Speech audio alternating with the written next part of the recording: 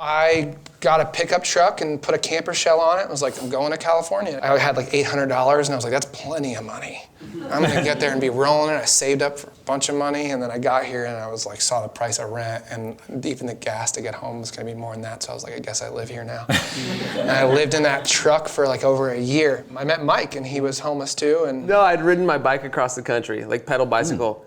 And then I heard that there was this chef that would take apprentices, but you had to show up. So I showed up and he said, oh, I'm not cooking this year, I'm making furniture. And I was like, okay. And then we met in a parking lot and he was telling me, he was like, so I rode my bike to do this apprenticeship, 3,000 miles. And I was like, yeah, and I was in the South Pacific and the doctor told me I was gonna die, and so I'm here too, and I was like, you're fucking crazy.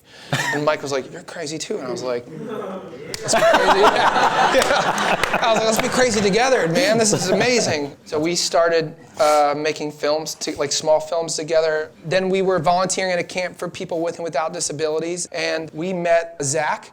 And we saw Zack giving this performance that was amazing. It was like one of those moments like, Jesus, this dude's got chops. Yeah. He had been studying acting since he was 3, legit 3. Arts, middle school. A middle school for performing arts. Performing arts. This dude was committed. He's an usher in a movie theater because he just loves to be around movies.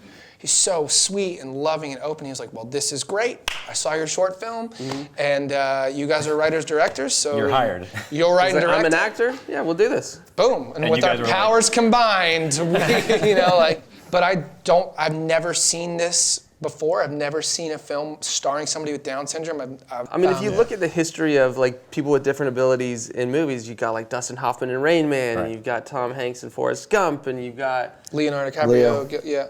That's how they've always done it. All these people offered us money to play Zack. We were like, there's no way. And we were homeless, living in a tent. It was really true. I was eating a piece of chicken, a spoonful of butter, and a half a yam every day. I was like, this is calorically enough to get by. I just can't exercise anymore. And this little it was insane.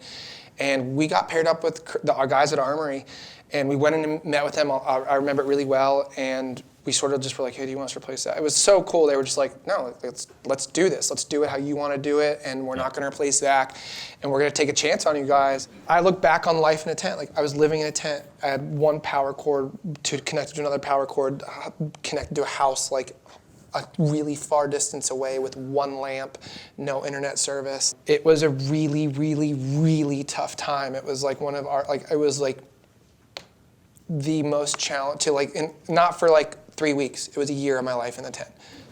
Let me tell you about Zack. Let him tell you about Zack. Zack has the same manager as Jordan Peele now. He's got an agent, and he took us out to lunch 2 weeks ago. Where? The Ivy? And he said, just so you know, I have other things happening, and I might not be able to do your next movie.